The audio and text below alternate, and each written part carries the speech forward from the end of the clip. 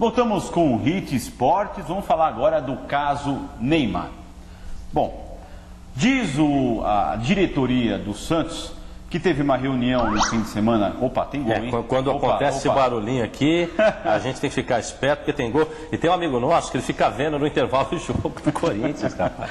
É mole? Não dá pra falar, não dá pra falar. Uma coisa que fala, não é o Giba, porque o Giba já comemorou e ele já disse que só vem comemorar aqui próximo à TV de domingo. Semana não, porque ele está trabalhando com a gente. Para descobrir quem fez o gol aqui, o Grêmio continua 1-0 em cima do Flamengo, o Santos 2, Corinthians 1. Botafogo diminui. Não? 2-1. 2-1? 2-1 estava 2-0 para o Vasco, o Botafogo diminuiu.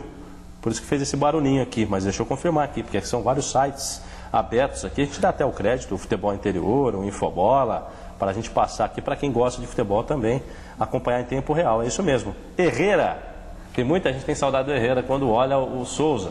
O Herrera diminuiu de cabeça, está 2-1 para o Vasco da Gama nessa rodada do Campeonato Brasileiro. Se tiver barulhinho aqui, a gente para tudo e fala. Vamos lá. Bom, eu falava então que a diretoria do Santos teve uma reunião com o Dorival Júnior e ficou combinado, isso segundo a diretoria, que o Neymar voltaria com o jogo contra o Corinthians.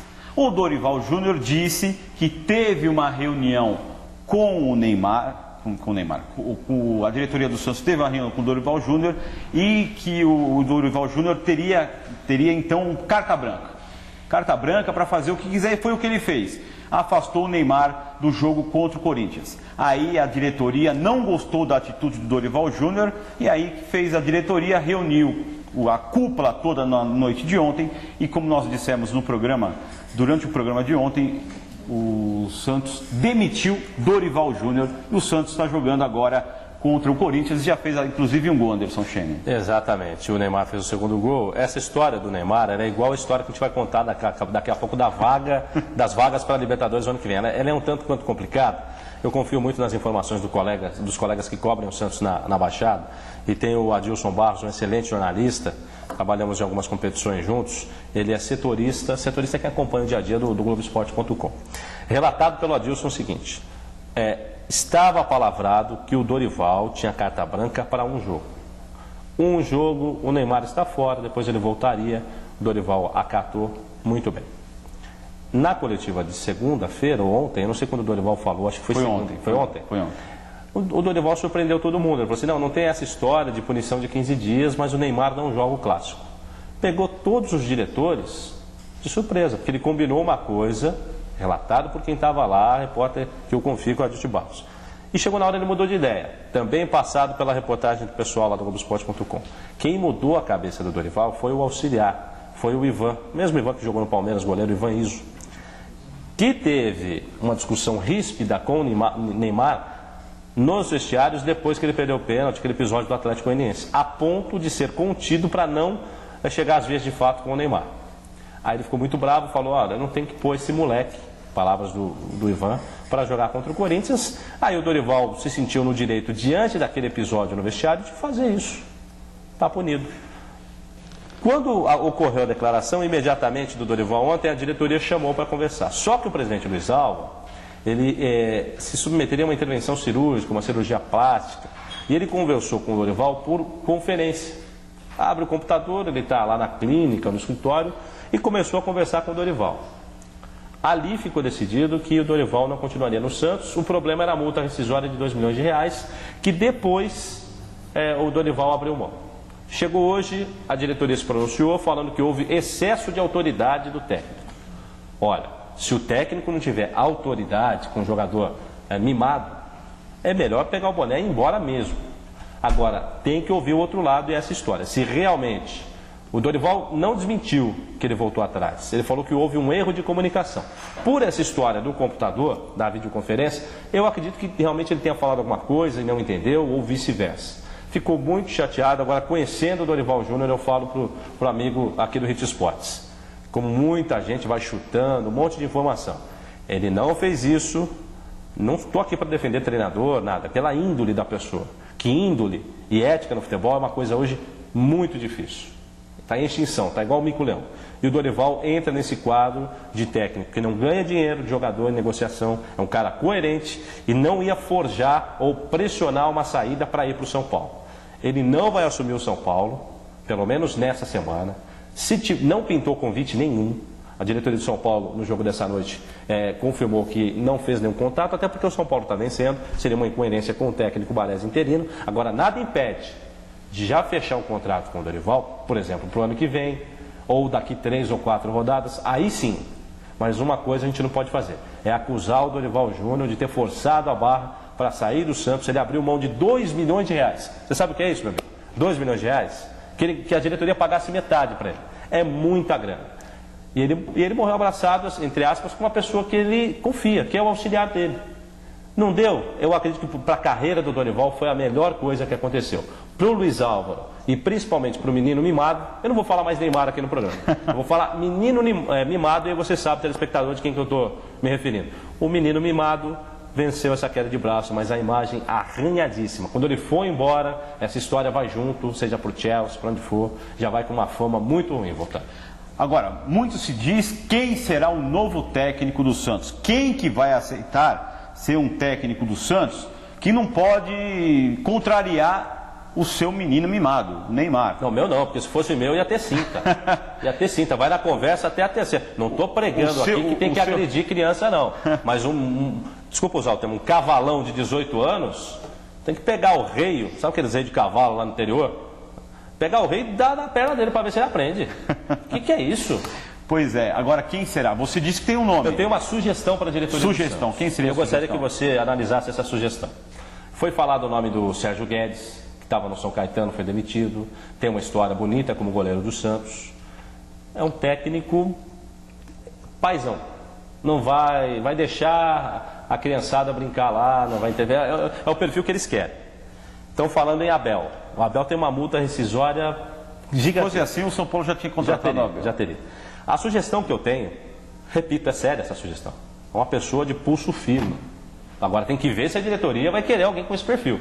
Antônio Lopes, que estava no Avaí, não conseguiu emplacar uma sequência de jogos, mas estava muito bem, onde eu falei do prazo de validade. Foi campeão brasileiro com o Vasco, com o Corinthians. Tem a fama de ser delegado, você olha para ele e fala, não, ele é bonzinho, né? Ele tem lá a parte dele de superstição, que eu também não acredito, mas tem que respeitar quem acredita.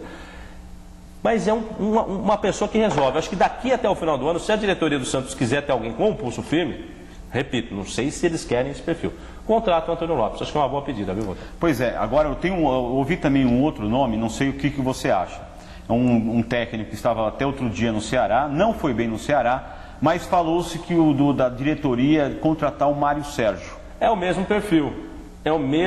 Só que o Mário Sérgio, ele caiu por quê? Você se lembra, lá no Ceará? Pois é, ele foi falar mal dos jogadores. E aí, você acha que a diretoria vai contratar o Mário Sérgio, que teve problema de falar a verdade na Portuguesa, quando foi demitido, e quase saiu na mão com um colega nosso. Né? Quase saiu na mão, não aceitou crítica, não.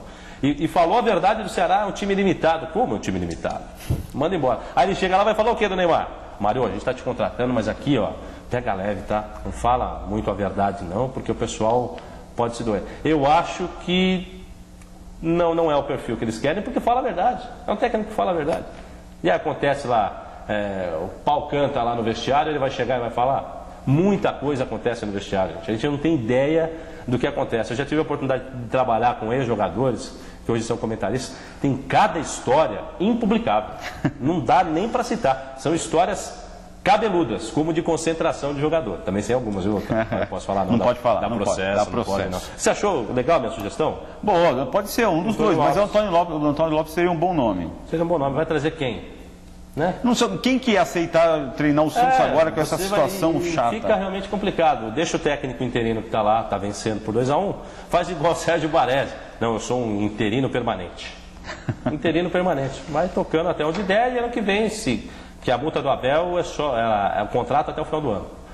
Aí, o Paulo Torre também, eu não sei como está no mundo árabe também, o pessoal gosta do Paulo Torre. Acho que deve ser o pessoal adora o Paulo Torre. Foi campeão mundial com um time montado no São Paulo pelo Leão. Ganhou o Campeonato Brasileiro de 95 com o Botafogo roubado com a torcida do Santos. Fez uma campanha medíocre com a seleção do Peru. É gente boa, é super educado. Uma moça.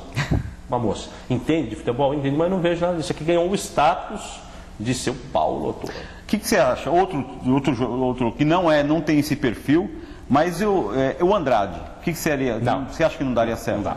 Não dá, e é a mesma coisa que você fala assim, vamos fazer uma festa? Vamos. Onde a gente vai fazer? Na sua casa.